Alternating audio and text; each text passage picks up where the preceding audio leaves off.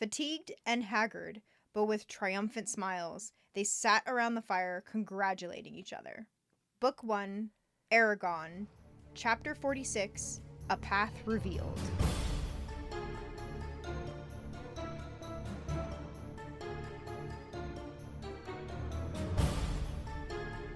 Welcome to Eragon and Back Again, a podcast where we explore Christopher Paolini's inheritance cycle, one chapter at a time. I'm Lucy Hart. And I'm Darien Smartt. And we are back again! We're back again! As we always are. As we always are.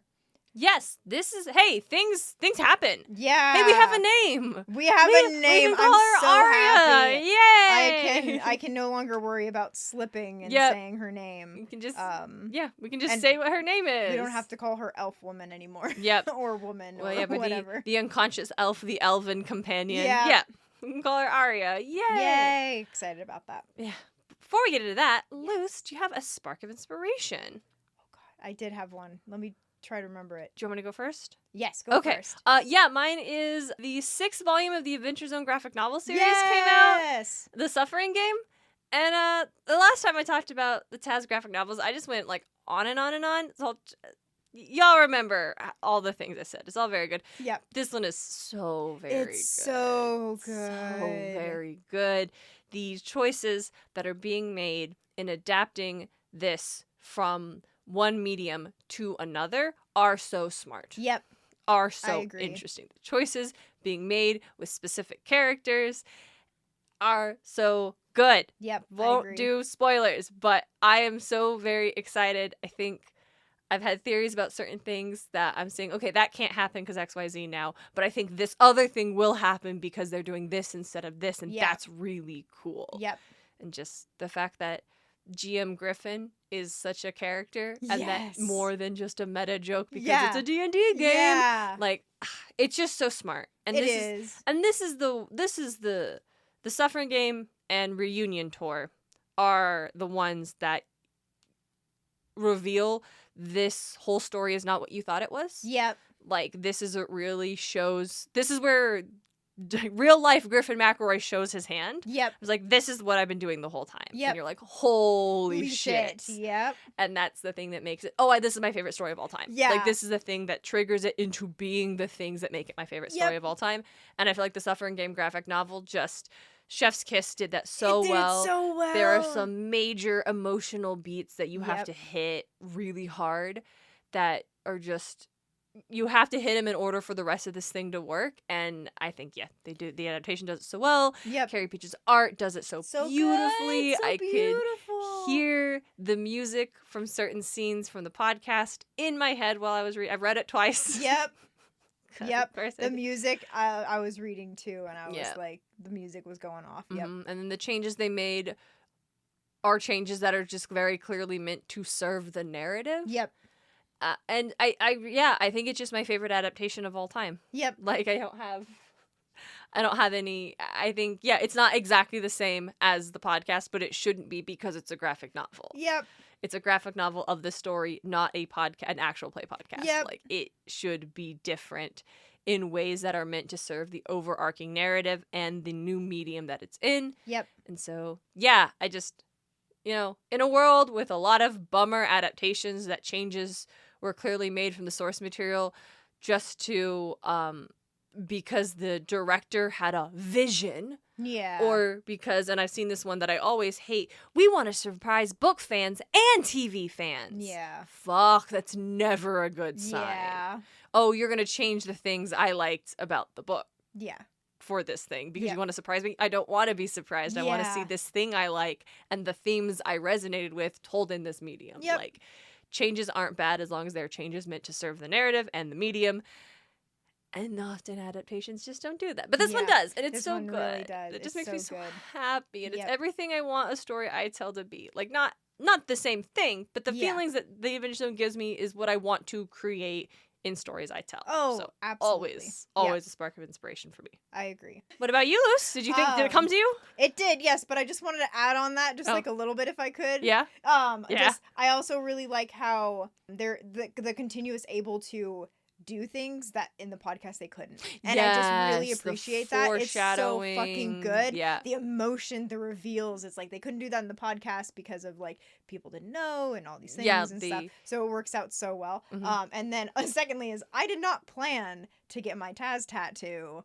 This is the literal same week suffering game, but it worked out and it's great. But anyway, it's so good. No, it's so good. Yeah, I know. But the fact that the characters are themselves from the jump, unlike finally finding themselves in like the third or fourth arc, helps this narrative so much. And you can't blame it for the podcast because if you played any sort of like tabletop campaign, dear listeners, you don't know who this person is you're playing. Like very very rarely do you have like this is my character and I'm going to be exactly this person the whole time. They go through a lot of changes. Yeah, I imagine like general consensus is your favorite versions of your characters that you ever played came from play and evolving. But also like in 11th Hour when they get all of their memory flashbacks and how in the podcast 2 of them are that's kind of a bummer, but like not world-wrecking, shocking, I want to go back and change it, a bummer. Yeah. In fact, one of them even kind of softens the original narrative of the character specifically, but then the third character's memory flashback is so gut-wrenchingly awful, devastating, the worst thing that could ever happen. Of course, this person would want to go back in time and change it if they could. And of course, these two, they're not going to do that because they know it's the wrong thing. But this person could emotionally be manipulated into doing this thing because their loss was so great. Yep. And because that was the GM writing, it had a whole plan where they're like, I'm pretty confident this is what this character is going to do. I know my brother pretty well and how he based his character. I bet if we really stack the stakes, he'll be the one to make this call and we can play this next part of the game.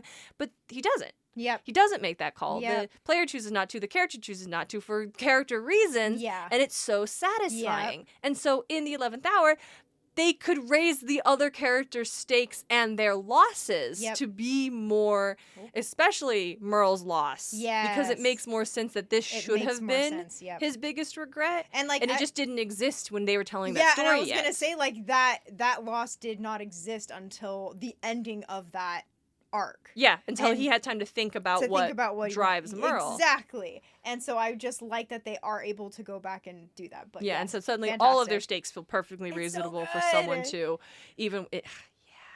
Listen, it's all good. And even when okay, I promise I was going to talk about this. I will. I got you started again. I'm sorry.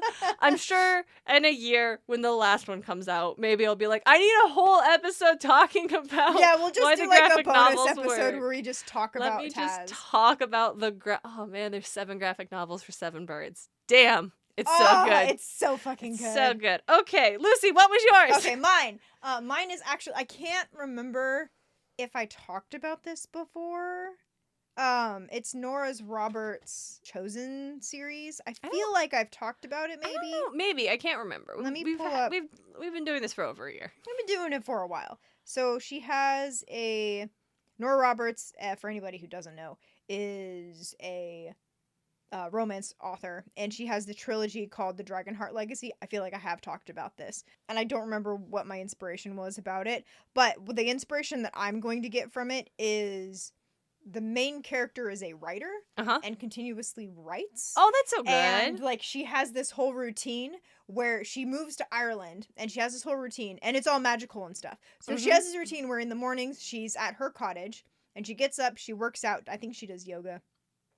And then she writes for like a really good chunk of time. And then she goes over to the Fey realm and then she practices her magic and her sword fighting and riding a horse and connecting with her dragon and all these things. And then that's like her fucking routine. And damn, this girl's literally living a magical life, but she still makes time to write. She still makes time to write. And but it sounds like she doesn't have a 9 to 5. No, and that's like because like for me, I'm like, oh my God, like it's so inspiring. Like I want to do that. I want to set up a schedule where I can write. I also work. Like, I'm at work for 10 hours, and I get home and I'm freaking exhausted, and she realized that she had, like, over $1 million sent over by her father. You did talk about this because her mom was terrible. Yeah, her mom was bad, and so she doesn't have to work a job because she has money. Yeah. And also, the Fey realm doesn't work on money. They work in trade. And she can make little, like, baubles of, like, if someone's like, me and my partner are trying to have a baby. She's like, here's a fertility charm. Yeah. And, like, oh, I'm having bad dreams. Here's a nightmare charm. Yeah. Like stuff like that. So and then she can just trade stuff and get stuff. So she doesn't have to. So she is barely hardly dipped into her cash. Yeah. And she can just not. And so for me, I'm like, man, if I had $1 million or if over I $1 had million, $1 million, I'm like, that would be, I'm like, I feel like I would have more time to write. Oh, no, for sure. yeah. Like, if we didn't have to worry about our basic needs being met and that stability and security, it would not just free up the fact that we would have the time where we didn't go to work, but also the mental energy that is dedicated to being concerned about, like, that is something that I have struggled with a lot over the last 9 months, is that I got a ton of writing done over winter break when I had my new job where I had the winter break off because I was only doing an after school program and they didn't need me. And then I had money in savings that I was able to pay off. And then come New Year's, that money had dried up, but I was still only working these very like 15-ish hours a week. But I had all this time and struggled to write because I think we talked about the suffering artist, even when you struggle, you still do. It's like, cool. Not everyone's built that way. And also that's not a luxury. That's not a stamp of like, that makes you better, a true artist. If you create your art, will strive. Like, if you do, some people can channel it. I can't. I need to be comfortable to tap into that and just not able to access that well for a long time. Anyway, your girl got a new job. Yeah. It's going to be 10-hour shifts, 4 days a week, 3 days off. I'm pretty jazzed about it. Yeah, that sounds lovely. Yeah. And that one is going to come with the like what she said, like, yes, it's not just about the time. It's about the mental energy that goes into being worried about having your needs met. And when you suddenly don't worry about having your needs met, you can practice magic and sword fighting and ride horses and also make time to do yoga and write your book in the morning. Yeah, because she's what she has done is she's published a book, like a children's book, and then she's writing a second one, and then she finished her novel, like where I'm at. Damn, good for her. Where I'm at in the novel, she has written and published, or like has accepted one book, so it's in the process of actually getting published. But it's in the works, and then she's working on this, I think the second or third second book, I'm pretty sure, and then she finished her novel, and so it's just real for me. I'm like, I want to do that, and I'm also, it's really interesting to think about how it's interesting to think about Nora Roberts, who has published a lot of fucking books. I'm like, I wonder if this is her routine, or I wonder probably if, like, she just gets to write in the morning. Yeah, or if like she is set and this like really works for her, so it's almost like satisfying to write about her routine through a character. I'm sure. I'm like, oh no, I get that, like absolutely. So it's just really cool, and so for me it was like, I think the other day I was finally like, I haven't written in freaking months, and so I was finally like, all right, so I wrote like a paragraph. Yay! So, oh yay, Lucy! I was happy. So yeah, so I was excited about that. That's good. Shall we get into it? Let's Speaking get of being into it. excited, no, it's sparks of inspiration. 12 minutes. Don't acknowledge that. It's fine. A path revealed. Having escaped the Empire's territory, Eragon attempts to aid their unconscious elfin companion via magical telepathy. He barely withstands her mental defenses, but successfully convinces her that he is a friend. The elf, Arya, reveals that she has put herself in an enchanted sleep to ward off a deadly poison, but her time is running out. She gives Eragon directions to the Varden, where they will have an antidote to save her. When Eragon relays the news, Murtagh is less than pleased. The disagreement escalates into a full scuffle, only broken up by Saphira herself, who demands the boys talk it out. Murtagh reveals that the Varden will never trust him due to circumstances outside of control and his father. But before he delivers the full lore drop, the party realizes they are being pursued by an army of Urgals. Murtagh agrees to continue traveling with them until they can escape the new threat. Like we said at the beginning, we finally have a name! Yay! Oh my gosh. Oh, for real. So glad. Oh. And a lot does happen in this chapter, which is like nice. Yeah, we get a lot. I think we talked the last episode about like, them getting away and being farther away, and who's in control and why are they going to be safe in the mountains. And I think what I missed was that it is explicitly because these mountains are not part of the Empire. Yep.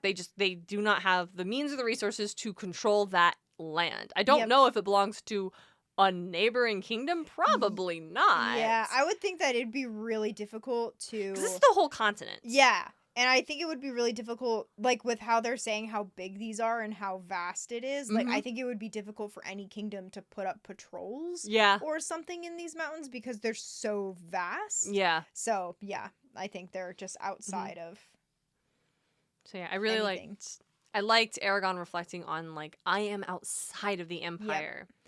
And just thinking a little bit more about, like, I've lived his entire life under Galbatorix's rule. Yep. And now he's free.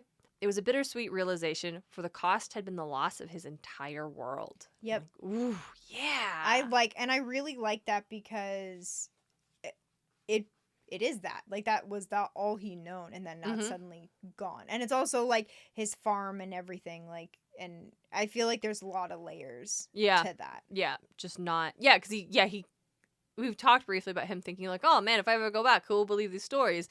But, like, the loss of everything he ever knows, like, implies that Eragon knows somewhere deep down he will never get to go back. Not just, like, not like he can't go back to Carvajal, but, like, that life of his, everything he's known, his, like, reality and understanding of the world and what he believed about it is gone, which he reflects on further when he thinks about how they could just stay isolated here and they would never be found.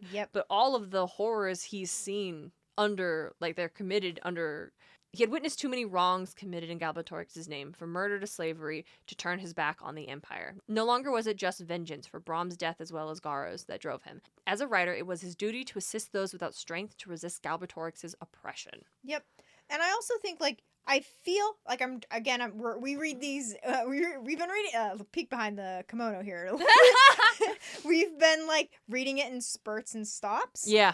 But I think this is maybe one of the first times that Eragon has, like, fully solidified. Yeah. Like, this is more about vengeance. This is my duty as a writer. Yes. Like, almost fully, like, because we've talked about how before Eragon hasn't fully realized the weight of what being a writer is. Yeah. And I feel like this is a huge step, like, possibly, like, him settling into, yep, this is as a writer. It's more than about my feelings. It's about putting a stop to something evil. Yeah.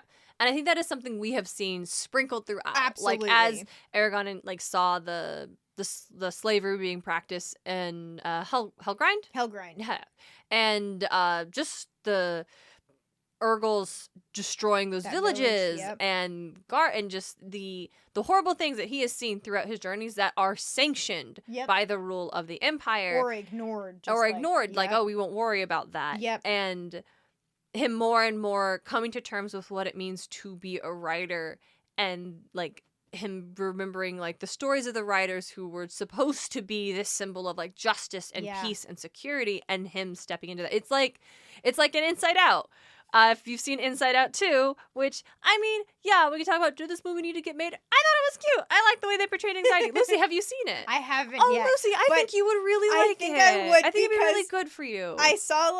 I saw a trailer, and they're like, anxiety, and then as anxiety was going, I'm like, it's me. It's you. Like, no, it's I'm like, that's who's, like, you know how joy is the main for Rayleigh, and anxiety then depression and anger. Anxiety is my lead. Yeah. It's super sweet, though, because, like, set aside, like, it frames anxiety as anxiety's job is to think about the future and plan for things, and that's how anxiety protects you. Like, disgust protects you by keeping you from encountering anything icky, and fear protects you from encountering anything dangerous, and anger protects you by making sure you stand up for yourself, and sadness protects you by making sure you recognize the things that are happening to you for what they are, and joy protects you by giving you, like, an optimistic outlook. Like, anxiety protects you by planning for the future. Yes. And that is not bad. It's not bad. But it's when it becomes the only thing that becomes too much. And yeah, I really liked it. Like I said, like, I thought of you instantly when I realized, oh, that's what they're doing with anxiety. That's going to be so good for kids. And, like, oh, it's so good for my friend Lucy. And also, like, I liked it. But in the second movie, they have emotions, and the emotions have memories, but when you have a set of memories, they become beliefs. Yeah. And so for this really felt like all of those memories have trickled down into this serene lake deep down in Eragon's subconscious, and they have come up to form a core, a belief about Eragon, about what he believes and who he believes he is. Yep. Yeah, I think that's very satisfying. Yes, that this is I the agree. moment we have where it's like all these things, it feels very, and it's one of those very satisfying, like, Eragon growing and becoming absolutely. a his own. And I'm for me, it's also like, I'm like, I think that's because look, we're pretty close to the end of this damn book. I think it was done completely intentional to have, like, a solid, like, no, this is where he's at now. We needed to check in. Yep, I think this is a good time for it. Yep, agreed. I'm so excited to start Eldest, so I can buy a copy. Yeah. Not have this in half. Yeah. book. Anyway, that's a very like grown-up, mature thing of Eragon. Very introspective and very thoughtful. Now let's turn entirely on that for Eragon to do something really stupid. Yeah, I also think like I'm like, part of me is thinking, Eragon, why didn't you do this sooner?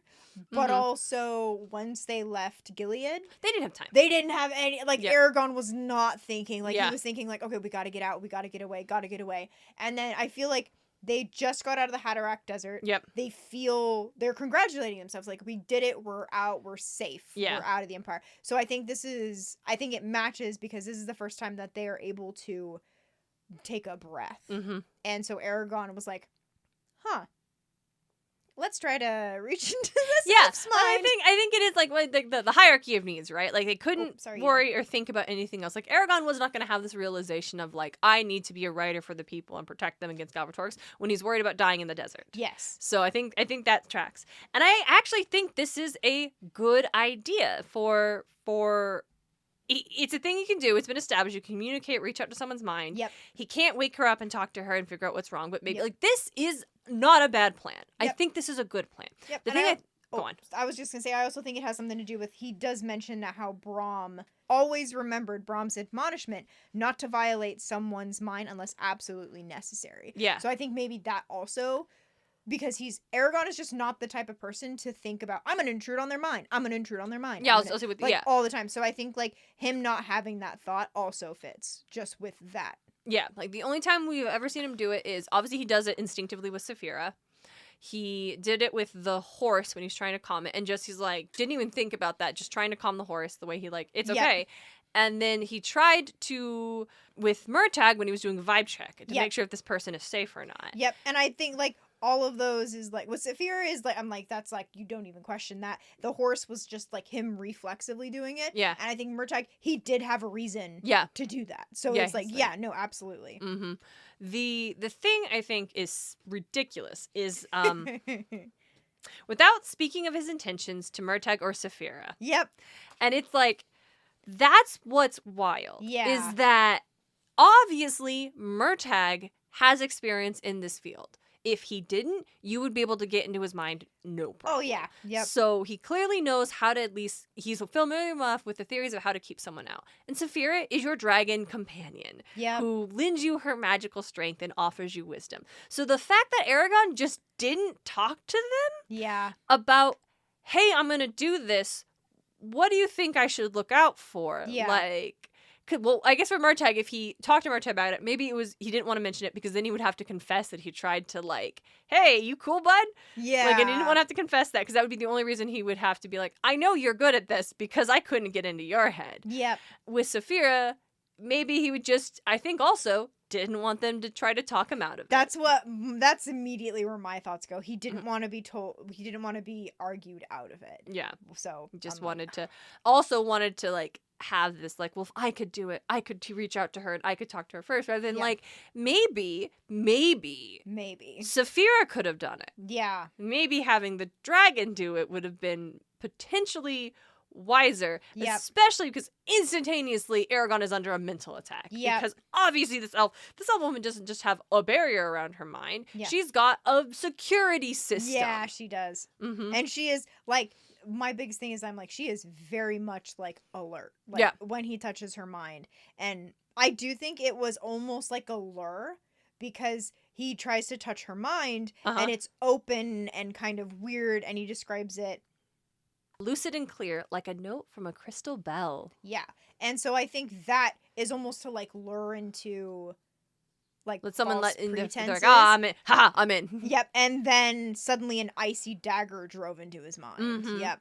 Yeah, and it's like a dagger. He throws it, throw up in a defense. It helps a little bit, but not enough. Yeah, and she's like with the second stab because the first stab he's like not ready for it, and the pain exploded behind his eyes with splashes of color. He recoiled from the attack, but found himself held in an iron grip, unable to retreat. Which is, again, I do think the lure in, and then just like, die. Yeah, like crushing him. Like, she's going to crush his mind. And so then he throws, the dagger stabbed into his mind again. He frantically threw his own barriers before it, blunting the attack. The pain was less excruciating than the first time, but it jarred his concentration. And then she took that opportunity to crush his defenses. And then she stifles him and then, like, wraps around his consciousness, like you were saying, like, as a snake, and then just constricts. Yeah. And I'm like, that is terrifying. Yeah, it's like, Eragon, you would not know how to do that. No! You didn't. Eragon probably didn't even know someone could do that. Yep. He just knew you could get into someone's mind or block them out. He had no idea you could attack someone. Yep. In their like, head. in that way. And it's also like, Eragon, you are so, like, what's the saying? I don't know. He's so green is what I'm thinking. He's so green. He's so out of his, out of his depth. Out of his depth. Mm-hmm. Thank you. Yes. Wait, but whose fault is that? I know. Yeah. It definitely feels like Braum. Listen. Yeah. Eragon is a great sword fighter now. Yeah. We do know that. So we can't say Braum was a bad teacher because Eragon is now considered one of the best sword fighters in Allegasia, thanks to Braum's tutelage. So it definitely feels like Braum was prioritizing certain things to teach him. Yeah. And we have been like, Braum, why did you not teach Eragon more of these things? Yeah. But simultaneously, he didn't not teach him anything, right? Like, Eragon is surviving. Yes. Eragon is competent. He is capable of surviving. He has gaps in his... It's Maslow's hierarchy of needs all over again. We can't teach you advanced magics until we have to make sure you're not going to get stabbed in the back. Yep. So, I get that. That said, it does, like, they were doing magic lessons based up, but we still could have... I was going to say taught him the theory of magic, but, like, as soon as Eragon learned about scrying, he decided he was going to try that shit after being unconscious for, like, several days. Yep. So Braum was clearly like, I can't just tell you these things in warning because you're going to run out and do them without supervision. So, like, I can't actually, I don't know if I can blame Braum for Eragon's gap in knowledge, because I think Braum was maybe responding to the student he had. Yeah. Who was going to run head first into the fire if you told him the concept of a fire extinguisher, right? Yep. Like, flip side, though, I really do think if we had Saphira or Murtagh be able to, like, help out, maybe we could have been more prepared for what... But then again, it all works out. It does. He says, I'm a writer and a friend. In the ancient language. Yeah, in Very the ancient important. language. I think it's like Frikai un Shutagol. Because Shutagol is writer. Is dragon rider. We know that. So it's interesting how it's not I'm a friend and a writer. It is a writer and a friend. Yeah. But we could assume the language has grammatical rules. Yeah. And it's not if the actual intent is the primary focus is put last. Yeah. Even though that is the most important information Eragon is trying to deliver. I am a writer and a friend. But the order of the words, friend comes before writer. I just thought that was interesting. That it's not just like here is every letter has a thing, every word has like it's not a code, it's a language, and so it has its own grammar rules. Yep. And I think that's very interesting. Yes, and also, again, freaking being 15 and having the patience to write that and understand is like, holy fucking shit, Christopher Paolini. No, cool. It's also like, I see someone read Tolkien. I see. That too. I see. We love our language rules. Not mad about it. Here's what's wild, though. I have a question. Did he say that out loud?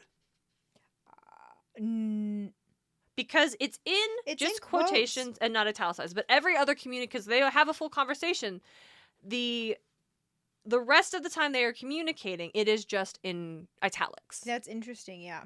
Because I'm wondering, like, if he didn't tell... Or kind of trying to jump ahead in the chapter just a little bit. If he did not tell Murtagh and Saphira that he was doing this. But when he kind of breaks out of the trance, they're right there. They're right there, and so they're like, you've been kneeling there for almost 15 minutes. Yeah, so I do think there's a good chance that he did say that out loud, because that made them go, what? And now come over to him. Yeah, to be like, hey man, what? I think him just walking over to the elf and then touching her brow probably been like, what are they doing? And I'm a writer and a friend. Wait, what? And then just still for 15 minutes. Yeah. And just like... Pinning that, we'll talk about it. It's so funny, the thought of that. But anyway, I and not to bitch about Threads, Instagram's bad text social media, but we're on Threads. We're not on Threads anymore. Don't go follow us on Threads. We're not there anymore because I spent the last week getting belittled by this man who was adamant that you never use italics to communicate internal thought. Jesus. It was, I wasn't going to talk about it, but like it was what? Okay, we talk a lot about being supportive of the writers and like Yes. sharing our information and things, but like sometimes I think we also have to acknowledge that sometimes this space can be kind of toxic and Yeah. people who are really elitist. Yeah. And not to be like, oh, I got bullied on the internet, but a little bit like, damn, what the hell? Yeah. So it was like there was someone doing a poll because they were like, I'm like, hey, writer threads, like I'm getting feedback from my editor that's really conflicting with like other feedback I've gotten before. Yeah. Do you do italics when you're doing internal thought? Because my editor is telling me to do quotations, he thought, comma. So it's in thought. This is the quotations, the thought, he thought. Yeah. Instead of just doing the italics for the thought, put them in Yeah. quotes. And I had misread what there's like, yes quotations, no quotations. And I voted no because I'd misread it as if the quotations were supposed to go in the, or not the quotations, the italics were supposed to go in those quotation marks. Oh, okay. And that's like, that's wild. You would never put, that would be ridiculous. And then That'd I be realized, a lot. yeah, like I was going to vote in the poll and wasn't going to comment. And then I realized like, oh no, I misread it. That's not what they were asking. They Yeah. were saying, do you use italics or do you use quotation marks? So when I realized I'd voted incorrectly, because everyone else, it was like 96% of the people were like, yeah, you use italics. Yeah. And I'm like, oh, hold on. And I commented being like, I misread the thing. I voted wrong. Yes, absolutely to italics. Like, this is Yeah. pretty common practice. Yeah. Your readers will absolutely know what you're trying to do because readers are not, like, first of all, it makes it cleaner so you don't have to say he thought to Yeah. clarify if this if these quotation marks It are was external. yes, It's exactly. cleaner writing. And your readers are going to know because it's actually super common. And as long as you're consistent, like, you're fine. Yes. And this was a ton of people in these comments being like, oh, yeah, quotes. And some people are like, oh, no quotes for XYZ reasons. Or like, you shouldn't say internal thought, that if you're in their head in the narrative, that should just be part of the general, like, narrative things. And very thought. So, but then this guy, oh, again, I don't know this man. Yeah. Comments to me specifically, not just in the rest of the conversation. Responded to me to tell me that it's common in indie writing, but it never happens in trad publishing. And that's because it doesn't translate to audiobooks, which is 60% of sales. And so you would never see this done. And I just responded with like, that's news to me, someone who's been an avid reader my whole life. And I've read mostly trad publishing because, like, you know, school library is what you're going to be growing. And I've seen this literally countless times. Yep. To which this man proceeded to double down on me. And now pulling things about how doubling on the audiobook thing, right? Letting me know that it's never done in academic writing. Therefore, when an agent sees it, it just signals to them that the writer's really uneducated. And just did all these things. And I went to my friends in Percy Jackson Discord because I was like, okay, I'm not a professionally published writer in this sphere. So I'm like, maybe this dude's right. And it's just like, maybe it's fallen out of fashion. Yeah. Like, and so I commented them, I shared the chats, and like all of these other writers who are like professional writers in theater and in like novel publishing, traditional and indie in the US and the UK, all collectively were like, this dude has no idea what he's talking about. Oh, like, yeah. This guy is wrong. And even my friend got like their partner to give some insight, and this dude is professional, and he's like, this dude's an idiot. He has no idea. Like, that, all these things. And it's not even just like, that's a weird thing to take. It's like, that's wrong. Like, he is just factually wrong about everything he's saying. And absolutely. Because it's like, for me, I'm like, what do you mean they're not used in audiobooks? As someone who listens to like 99% of audiobooks, they're read? Like, I don't understand. Well, it's like, it'd be confusing to listeners because they wouldn't be able to tell if it's an internal thought. And it's like, that's not true at all. Like, I know absolutely the difference between, and it really depends on the narrator. Right, if the narrator's not talented. Yeah, because then the gentleman who reads Eragon, there is a distinct voice difference between him being Eragon out loud and Eragon internally. There is a slightly more wispy tone to Eragon's voice when it is internal. Yeah. And Saphira's voice is always internal, so I don't even have to worry about that. But there... exactly. Like there is a difference. Yeah, like I actually highlighted the ancient language does have its limitations, thought Eragon. But earlier in the same chapter, when I said I am outside of the empire, that is italicized. It doesn't say I thought, but we know that's an inside thought. Yes, absolutely. And the thing is like, I do like Christopher Paolini's way of doing that is like when it is verbal, it is in quotes. Yes. When it is an internal conversation, it is italicized. Yes. When it's Eragon's thought specifically to himself, it is neither of those things. Mm-hmm. And he usually says, like, when it is, from what I'm remembering, it's like whenever he does have those internal thoughts, it's usually, oh no, now that I'm thinking about it, he might be italicized. It is italicized, yeah. So I think like between the two, right there. So I think like, that is just really well done. It's so the point being like, so finally I was like, I've talked to I find him like, hey, I talked to a bunch of like my friends who are like in this industry, my colleagues, and like they've just said you're incorrect about everything here. So like, I'm sorry you spent a lot of time on this, but I'm going to continue to refer to the people I know and trust. Yep. To which he responded that I've worked in the film industry for 30 years and thus have a lot of friends who are in editorial and trad publishing. I'm sorry you're struggling with this. And then here's a link to a YouTube thing. Yeah, a YouTube video essay about an author speaking about why this rule is in existence and stuff. And I was just like, okay, like, not only you're being bringing, like, weird that you responded to me. If you had just responded to the conversation, yeah, totally, man, like, these are your thoughts, like, this is what you're bringing, like, this was an asked question, like, but, like, he didn't. He responded directly to me, and not to everyone else who was doing the same thing. It's not like he went to every single person. So he was very much not wanting to share his thoughts about it to the original conversation, just wanted to tell me I was wrong. Yes. Which was weird. Yes. And then doubled down on it. Yes. And then was also elitist with bringing in, you know, a lack of education. Yes. Was belittling, was like, I'm sorry you're struggling with this. I'm sorry you're struggling about. That has the same vibe. I was like, I'm sorry you feel that way. Yeah. Like, and I was like, I am yourself. not struggling. I know what I'm talking about. Because I'm speaking from... Also, like, you were wrong from the jump when you claimed it never happens in traditional publishing. That's why nothing you say has any merit to me. And he's like... And I was like, I didn't say it never happens. I said there are reasons for it. It's just very rare. And I'm like, no, you didn't. Yeah. You're wrong. You're a jackass. You're a jackass. And it's like, dude, like, I'm so sorry that your insecurities are forcing you to lash out at other people. And it's like, you full-on admit that you're like, well, I'm from film. And you're also like, I'm academic. It's like, yeah, you'd never use italics to do quotes in academic because it'd be very, very, very rare where you would be communicating an internal thought like that in academia. Like, that's not what academic writing typically does. So, like, it was just wild. Anyway, at the end of the day, I realized, hey, this is why I never actually joined Twitter. Because this is what happens. You just get caught up by people you don't know who it's just weird, adamantly toxic. And I felt bad. And I felt mad and I felt upset that now I've been made out to be like, oh, you're just struggling and you just don't know, and I'm sorry you took it so personally. Like, go and I'm like, fuck yourself. I'm 30 years old! Yeah. So, sorry, I didn't mean to, like, bitch about social media and this weird interaction. Like, I know that's not fun to hear about, but, like, it was, like... Anyway, so we're not on Threads anymore. So if you were following us on Threads, like, we're out. It's one thing to be, like, sharing it, but just, like, it was less about wanting to... share like, oh, in my perspective, like, I found this in my experience, and it was very clearly just wanting to tell me that I was wrong. A troll, like, a troll, it was just wanting to. Anyway, sorry for this. The social media is bad rant. I promise that will not be a regular feature on this, but I know we had a couple of our listeners who were interacting with us on Threads, and if you're like, where'd they go? I realized it wasn't fun. Yeah, it was not good for mental. And then I was also not gonna just not. Yeah, like, I could have just ignored this guy from the jump, and I was just not gonna not. Yeah. And I have no way to, like, make sure I don't except for being totally silent. And if I'm not silent anything, then I'm just scrolling down there, getting nothing for getting more listeners for the podcast. Yeah, so for the time being, there is no. But also, good news, you no longer lose your Instagram account if you delete your Threads account. Oh, good. That was an original thing, is that if you deleted Threads, you were simultaneously deleting your Instagram account. Yeah. And that was clearly to try to keep people to stay on Threads and not bail immediately.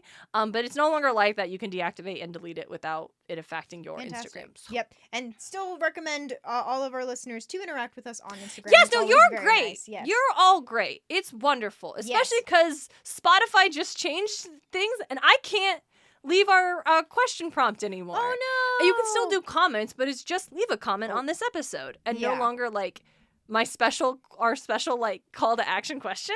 Oh no. Which is like, fine, still do that there. I was gonna mention that at the end, but I'm just like, well, no, I was using that. Yeah. No, I like that feature. What? Yeah. So that's why the last episode didn't have it, because when I went to upload it, it was gone. And I was like, it was gone. Huh. No. So I don't even know if it's on older episodes or if it all just has. Oh, interesting. Yeah, so if you're someone who's listening after the fact that feature's no longer there and we've mentioned it and you're like, what are you talking about? That's not a thing. Yeah. It was once upon a time. Once upon a time. Now let's talk about something cool. Yes, let's talk Arya. about something cool. Arya, yes. And I do like, jumping just right back in, I like how he says that the elf warily let their minds touch, like two wild animals meeting for the first time, which is such an interesting visual. Yeah. I like that was like something like even from when we were starting to reread this scene, that sentence was like almost first in my, oh yes, I remember reading this, and I remember them very gingerly just touching. And I do like how he said Eragon is like, her mind was alien. It felt vast and powerful, weighted with memories of uncounted years. And then dark thoughts loomed out of sight and touch, artifacts of her race that made him cringe when they brushed his consciousness.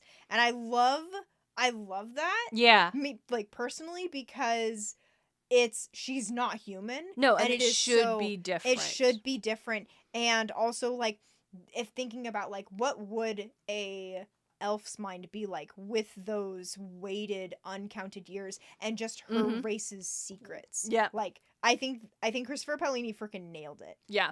I like how he thinks, like, for the first time he understood the fey attraction of the elves. They were creatures of magic, unbound by the mortal laws of the land, as different from humans as dragons were from animals. Yep. Which also does feel like it like that line specifically equating elves and dragons and then humans to animals does kind of circle back into the whole elves are inherently better. Yeah. Like, it is better to be an elf. It is more special to be an elf. Yep. Not just because they are rare and can inherently do magic, but, like, at the core, it does feel like this world, there is a hierarchy, and elves sit at the top of it. Yep. And I do think, when I went on a whole tangent about Christopher Paolini just liking elves more, it's like, that's where that comes from. Because I'm like, if I was writing this, I would be no dragons. Dragons are top. Yeah, I would more likely equate it to. I like the.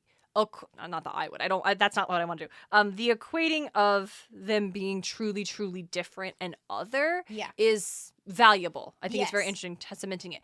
And it would be very interesting if it was more, if Eragon had equated her mind to Saphira's. Yes. Ancient and strange and magical. Yeah. Would have been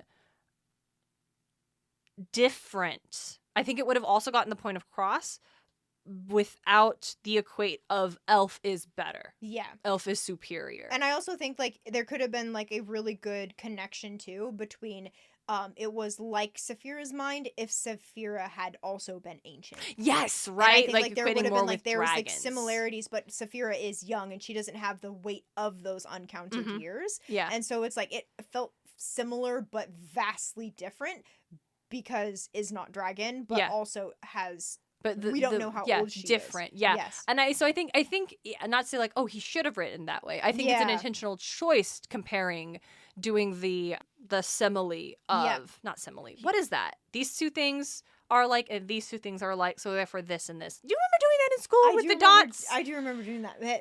Dalton, leave a comment. Dalton, tell us what that's called. Dalton, please help us. Can't think of it. No.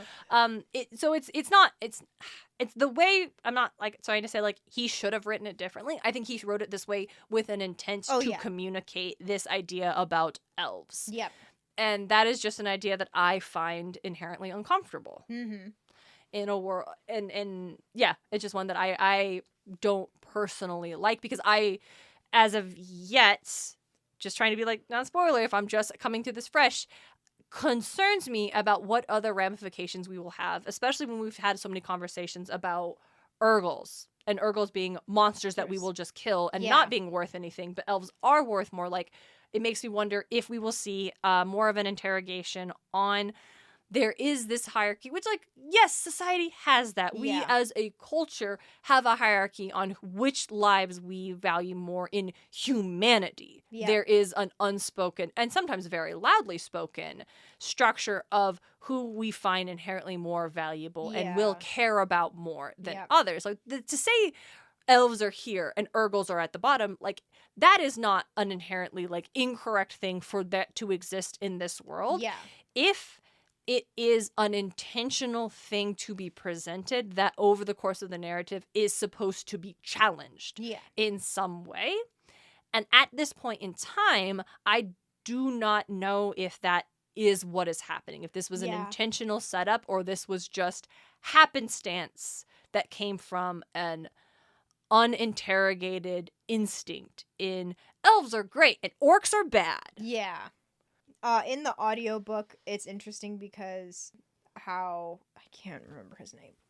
It's not Rob Inglis. That's the Lord of the Rings guy. You know the Lord of the Rings audiobook reader right off the top of your head, Luce. Rob Inglis. Such a nerd. Rob Inglis, his voice is fucking, oh my god, it's great. Gerard Doyle.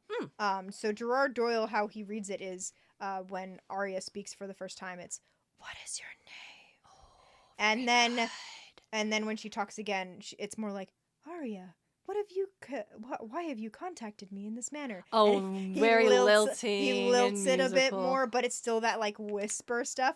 But like that first like, what is your name? I'm like, that is so fucking unearthly. Yeah, like, it's that. That was like, whoa, almost like scary a little bit, and then it kind of lilts a little bit more later on. But we get a lot. There's a lot. He's like, she knows a lot. Yeah, she's like, oh, okay. I hoped you would be friendly, but I couldn't be sure. She's like, I did feel that I had been healed, but I wasn't sure if it was for more torture. Yep. Yikes, girl! Yeah, yikes. And he's like, and mostly Eragon's like, hey! She says, when she mentions, like, she wasn't sure why she's being healed. Now I realize it was you. Even so, I have not risen, and you were puzzled. Yes. During my captivity, a rare poison, the Skilnabra, was given to me, along with a drug to suppress my power. And so we get that. But I love the way she was like, even so I've not risen, and you are puzzled. Yeah? Which feels like a very, like, elf, like, and you're, yeah! And Eragon, like, very 15. Yeah. Yeah. No, yeah, I don't, yeah, you're not, we healed you, and you're out of danger, and you haven't woken up. So yeah, we're all puzzled is putting it maybe mildly. Yeah. I think the trio is very concerned. Yeah.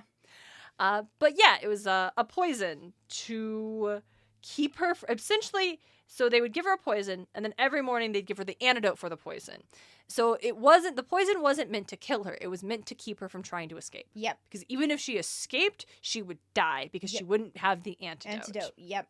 Absolutely. And I do think it's like, suddenly it's like, that's why she makes sense. Like she puts herself in this trance to slow it. Yes. Because otherwise she would die within hours, but she has lasted weeks. Yeah, a week at this point. Yeah.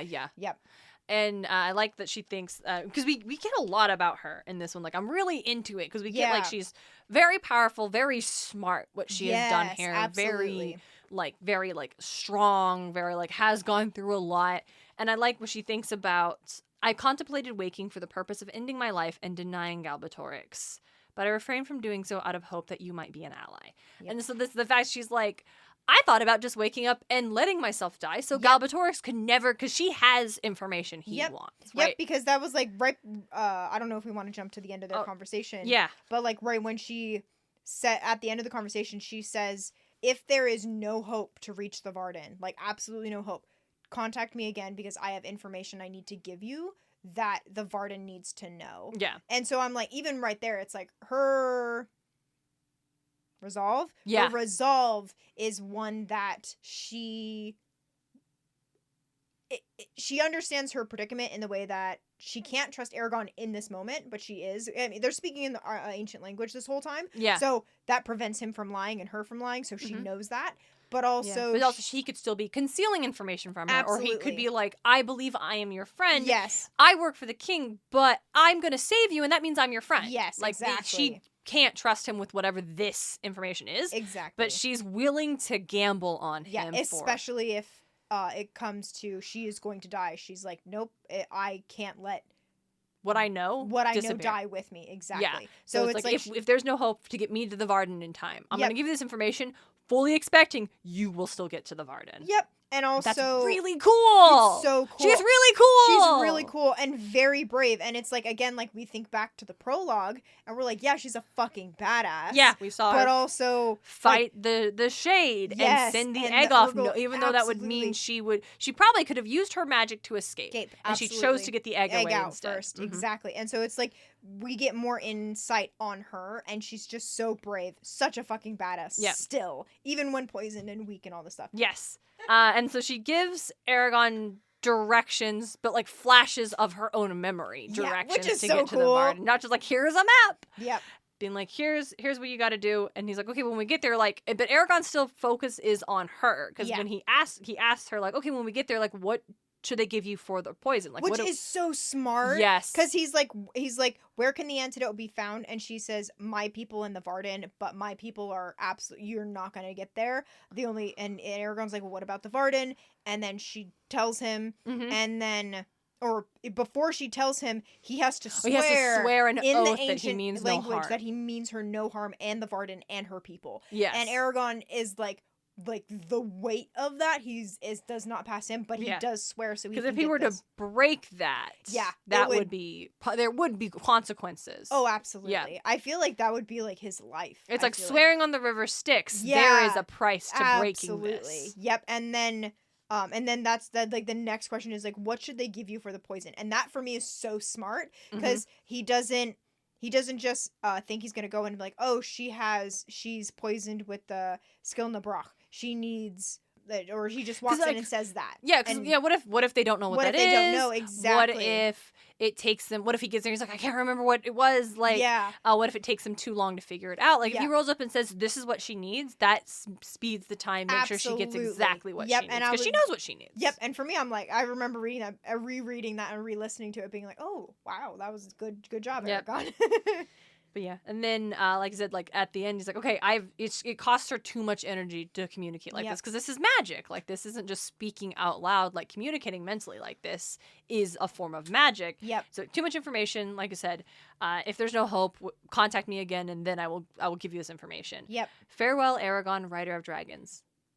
My life is in your hands. Yep. Help me, Obi-Wan Kenobi. You're my only hope. Yeah, absolutely. And then he wakes up. I love this. Murtagh and Saphira stood on either side of him, watching with concern. Are you all right? Asked Murtagh. You've been kneeling there for almost 15 minutes. I have? Yes, and grimacing like a pained gargoyle, commented Saphira dryly. Yep, I just like, oh, yep, fair enough. I love, he's like, I talked with Arya! And Murtagh's very clearly like, who? What? The elf, that's her name! Yep. And then he's so excited, which, like, of course he's excited. He has the biggest crush in the world. Yeah. So, like, of course he's excited. He finally got to talk to her. And I know it is. And she didn't kill me. And my life her life is in my hands. Yeah. All right, okay. All right, just every 16-year-old's dream, a pretty girl tells you that she needs you. Yep. And then I love this because Murtagh is, like, up until this point, pretty chill. And he just asks, like, how far away is the Varden? Asked Murtagh. And Eragon says, I'm not exactly sure, confessed Eragon. From what she showed me, I think it's even further from here to Gilead. And Murtagh is just like, and we're supposed to cover that in 3 or 4 days? Demanded Murtagh angrily. It took us 5 long days to get here. What do you want to do? Kill the horses? They're exhausted as it is. And Eragon's like, whoa. Yeah, like, it's like, what? But if we do nothing, she'll die. If it's too much for the horses, Saphira can fly ahead with Arya and me. At least we would get to the Varden in time. You could catch up with us within a few days. And Murtagh does not like that. Oh, no. Oh, of course. Murtagh the pack animal. Murtagh the horse leader. I should have remembered that's all I'm good for nowadays. Oh, and let's not forget, every soldier in the Empire is searching for me now because you couldn't defend yourself and I had to go and save you. Yes, I suppose I'll just follow your instructions and bring up the horses in the rear like a good servant. Yeah, this is... Oh, it's so... good because again, like we've been praising, like, Murtagh's so great. He always has the right thing to say. He's such a good friend. Yep. And being upset doesn't automatically negate, like, wow, not a good friend anymore. Yeah. It demonstrates that he is a person and has complex feelings and emotions because Eragon is not thinking about Murtagh right now. He isn't. The fact that he just said, you can meet up with us at the Varden. Eragon has completely forgot that Murtagh doesn't want to go there and has said that 1,000 times. Exactly. And I think, like, this is real, like, for me, is like, I'm really frustrated with Eragon through, like, from here on. I really feel like he's pushing Murtagh. Mm-hmm. Like, we're going to the Varden. We're going to the Varden. And Murtagh's like, I'm not. And Murtagh's like, oh, it's fine. Don't worry about it. Like, oh, no, yeah, Eragon's like, it'll be fine. You can leave afterwards. And Eragon, and it's like, Eragon, you are not listening or respecting Murtagh. Like, at all. He has told you, again, on more than one occasion, you can part here. Like, you can part here, right now, in this moment. But Eragon is not thinking about that. Yeah. And to be fair to Eragon, he's also given Murtagh the opportunity to skip town. Yes. And Murtagh has also chosen, no, I'll continue to ride with you. I'll continue to ride with you. Because they care about, they are fucking best friends. They are friends. They want to protect each other. And Murtagh knows, like, I can't go with you to the Varden, but I can see you as far as you can. Because he's like, I've had to save you a couple of times. I'm, like, not convinced you'll make it there. And it's so important that you make it there. Yeah. So, like... No, I agree. And Eragon uses that in an argument with him, and I think it's a solid argument. It's totally fair. Yeah, he's like, what's wrong with you? I'm grateful for what you did. There's no reason to be angry with me. I didn't ask you to accompany me or to rescue me from Gilead. You chose that. I haven't forced you to do anything. And then Murtagh, oh, not openly, no. What else could I do but help you with the Razak? And then later at Gilead, how could I have left with a clear conscience? The problem with you, said Murtagh, poking Eragon in the chest, is that you're so totally helpless you force everyone to take care of you. And I think... Hold on. Go ahead. The word stung Eragon's pride. He recognized a grain of truth in them. Ugh, yeah. Yeah. And I do think one of the reasons why Murtagh is so angry is, what did we start the chapter off with? They're fatigued and haggard. Like, they're exhausted because they just got out of the desert. They're hot, they're tired, they're all these things, and now Murtagh is faced with having to go to the Varden. Yep. And so I think Murtagh's anger is justified. It's totally justified, because Eragon is no longer thinking about, like, the fact that he literally just said, you can meet us at the Varden, is like, did you forget the one condition that Murtagh has ever had? The one actual thing that Murtagh says that he wants out of this thing is not to go to the Varden. And Eragon, I think it's also for him the feeling of the elf woman, that Arya is more important to Eragon than Murtagh is. The fact that instantly he's like, okay, we got a mad dash to the Varden. Because they got to the mountains, and Murtagh was thinking, like, okay, we can have a few days just to hang out in here, and it's going to be chill. And, like, obviously Murtagh doesn't want this woman to die. Like, we could assume that he is not mad about the fact that they need to now move quickly to save this person's life. Like, that's not, we can assume, like, that's not what he's upset about. He's upset the fact that Eragon has in no way acknowledged that this puts Murtagh in a very, and also Murtagh doesn't want to say that. He doesn't want to say, like, did you forget that I don't want to go there? That's why he's like, well, we can't rush the horses, but this is like, he's trying to point out other things in hopes that Eragon will, like, get in on it, and he's just not. So it feels like also, like, what Murtagh is also upset about is just that Eragon has clearly forgotten his whole deal. Because he cares, he feels in this moment seems like he cares more about the fate of the elf woman of Arya than he does about Murtagh. Absolutely, and Murtagh could be stung by that too. He's like, my dude, like, we've been traveling for freaking ever. Let me remind you about everything I did for you, and now as soon as she shows up, I don't matter anymore. Yeah, exactly. But then they get into a fight. Then they get into a full-on tussle, shoving back and forth, wrestling on the ground. Yeah. And Saphira has to stop. Listen, but they are, like, really mad to the point where at first she roars to, like, hey, break it up, and they don't respond. She slaps her tail in between them and roars. But Eragon ignored her and tried to jump over her tail, but a taloned paw caught him in midair and flung him back to the ground. Enough! Yep. You of all people should know better. Fighting like starving dogs over a scrap of meat. What would Brahm say? And then I love Eragon felt his cheeks burn and averted his eyes. He knew what Brahm would have said. Now, if you don't want to spend the night under my foot, you will politely ask Murtagh what is troubling with him. And tell him that I won't stand for insults from either of you. Murtagh's also lying there, not looking at Saphira. She's not going to let us up, huh? Yep. And I do like how when she says that to Eragon, she snaked her head over to Murtagh and stared at him with an impressive blue eye. Yeah. She's like, my dude, I'm, like, not taking any shit right now. Yeah, it's also, like, one thing I mentioned I didn't get into earlier, like, that just briefly, Saphira and Murtagh were standing there while Eragon was, like, stone still for 15 minutes, and they were just kind of, like, probably, like, looking at each other and then looking back. They can't talk to each other. Nope. But I imagine Murtagh was probably been like, do we have to be worried about this? If you're not worried, I'm not going to be worried. Yeah, right. I'm not worried. Yeah. If you're not worried. Absolutely. This is weird, right? Yeah. What did he do? Why didn't he tell us he was going to do this? And she probably just like, because we talked about in the last chapter when, or in Rammer River, when Murtagh just jumped on the saddle to fly across the river on her, and like it was no big deal. Yeah. They're friends. Yeah. And so she's also like not jazzed. Like obviously Eragon is her rider, her soulmate. Like they are bonded. But like Murtagh is her friend, so she doesn't like seeing them fight, and she's just as mad at him for like this. I know because she's like, I know you're better than this. Yeah. This is ridiculous. Yeah, but like, and I think like in that also she's like, both of you are better than this. yes, no insults, but also, why don't you ask him what's troubling and him? I love Because how she she clocks goes, that something's upsetting him. And I like how she goes, you will politely ask. It's like, yep. Yeah, and I like he does say, he's like, okay, we have to talk. Yeah, she wants me to ask you what's really the problem. And what he says is, I told you before, I don't want to go to the Varden. Yeah, and Eragon just not taking him seriously. Was that all that was the matter? It's like, my God. Yeah. But he does, I think it's, because his next day is like, don't want to or can't. Because I think this is the first time Eragon is actually being like, wait, hold on. Like, he said he didn't want to go. And I just hoped he would change his mind because we become friends and he would want to keep hanging out with me.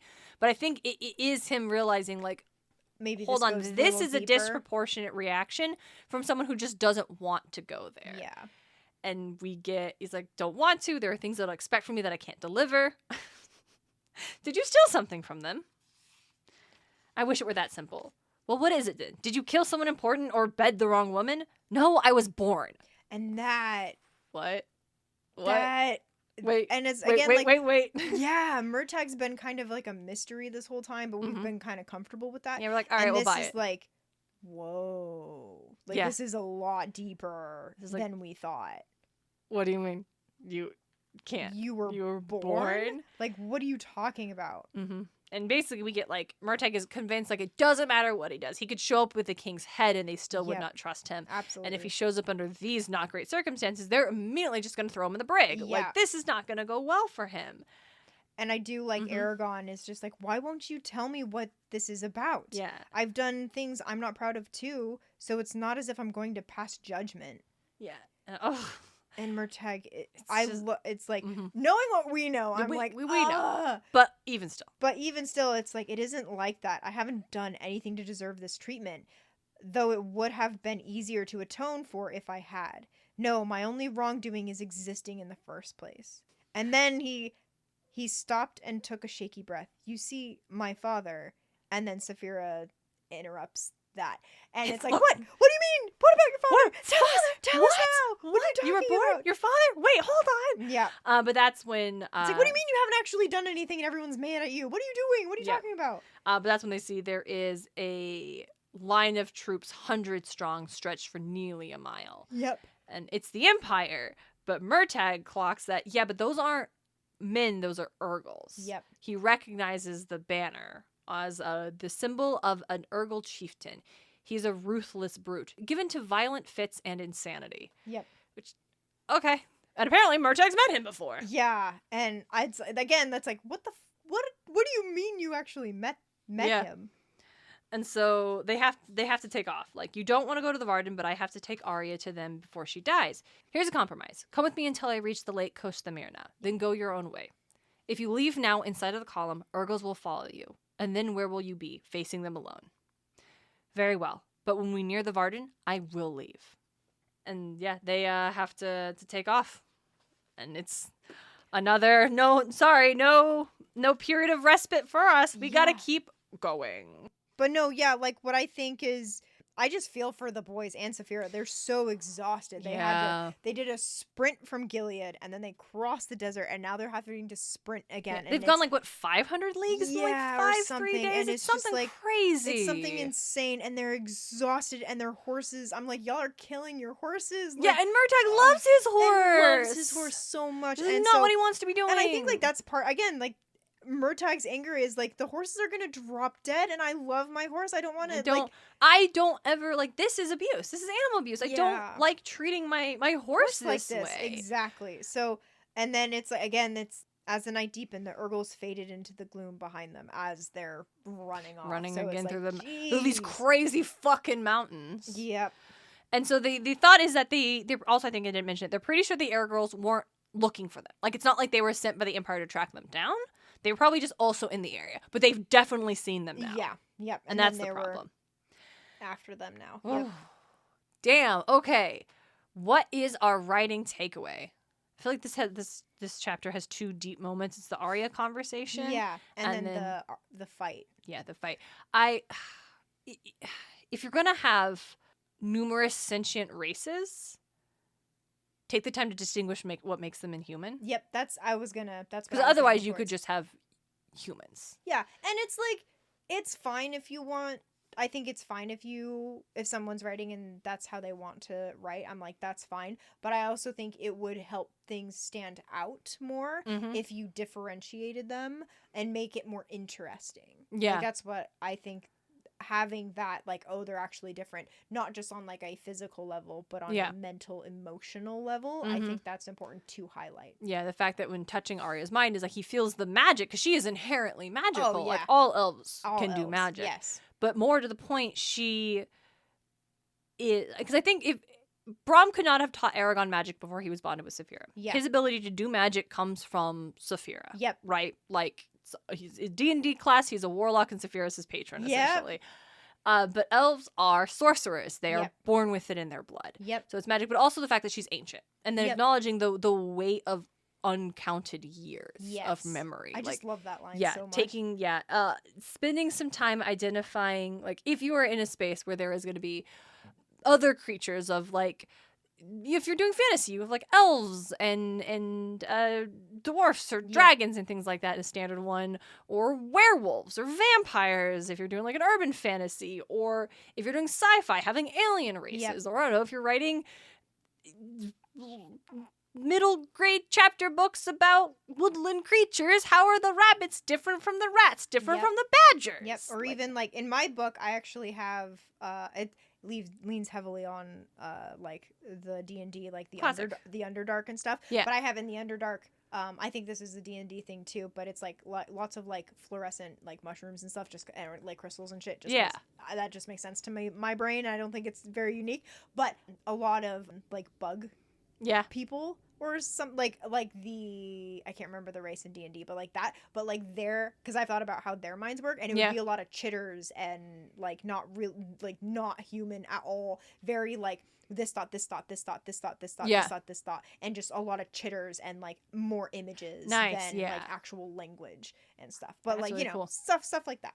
Yeah, on the Warhammer AOS podcast I do with friend of the show, Dalton Montgomery, when we talked about the orcs. They aren't called orcs in Warhammer, but because Warhammer gives everything a fancy name so they can copyright it, but they're orcs.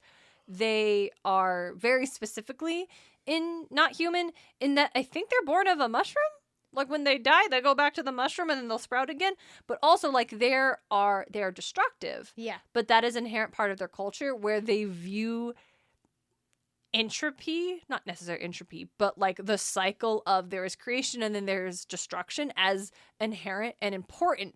So it's like, well, yeah, wow, it's so nice that the humans just spend all that time building that wall for us to take down. Yeah. Like, it is not this, oh, we just destroy and we're vile and aggressive. Like, that they are, but that's because it's literally the internal of the culture is that, like, their presence is to destroy things, to like cleanse the slate, basically. And that like really thought of like distinguishing them as not human, but also very specifically to avoid the very prevalent and not great race allegories that tend to appear in certain types of fantasy, sci-fi, other races, where it's like, I'll demonstrate that this fictional race is inhuman by making them unlike this Western white European race that is the dominant of this one, and they now have traits of other human cultures. Yeah. And that is to put it lightly, a big bummer. Yeah. a big bummer. And that is something we often get from Tolkien, who did do that on purpose for the allegory he was intentionally wanting to tell in his narrative. And I'm not someone who can critique on whether that was good or bad for him to do that, but that is largely why you have fantasy races that often have traits of actual human cultures, because they're pulling from Tolkien, but without the intentional to do that. And then it just becomes, well, they're inhuman because they're not like the white Western European characters. And it's like, that's a bummer. Like, if you're going to have characters that are inhuman, the traits shouldn't be like, it's irresponsible, short-sighted, and just lazy, I will say, to equate them to other human traits. Now, simultaneously, it would be weird if every culture, all of the elves had a monolithic culture where they were all exactly the same. And so having an elf that comes from a certain place and thus has a culture that is distinctly different and perhaps similar to human cultures that come from the same place, that's a different kettle of fish. Yeah. That's a totally different thing that you're doing there. But it shouldn't be the thing that makes the elf different than the human is because of these things that are being mirrored as a real human culture. The elf should be different because of elf things, not because of othered human things. Like in ElfQuest, when the comic series that I'm a huge fan of, actually, I've never mentioned it, but here's another good example of that, is that you meet elves of varying different cultures. Yeah. And they are like, the culture, like the sun elves, because they're desert, they're all black. Like, their skin is black. Like, they are a desert people. Yep.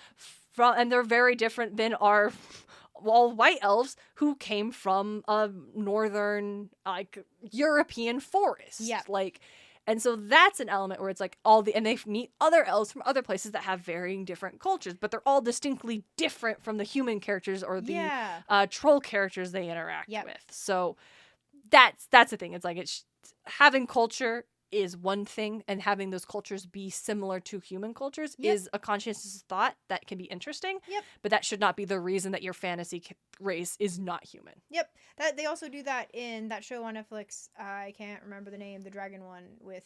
Oh, Dragon Prince. Dragon Prince. Yes, they do that with the elves as well. So. Yeah. So that's it. Yeah, I will figure out a better way to concisely put that on a single Instagram site. Banner. Probably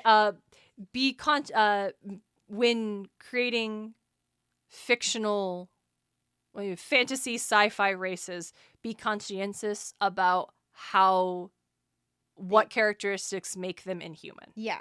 How they differentiate or whatever. Mm-hmm. Yep. And then for now we get a fun, hey, here's your homework to talk about a fun thing. Hey, what do you think about italics in thought? What are your thoughts of using italic to communicate thought? Yeah. Not to do that again. I'm game. Game. Cool.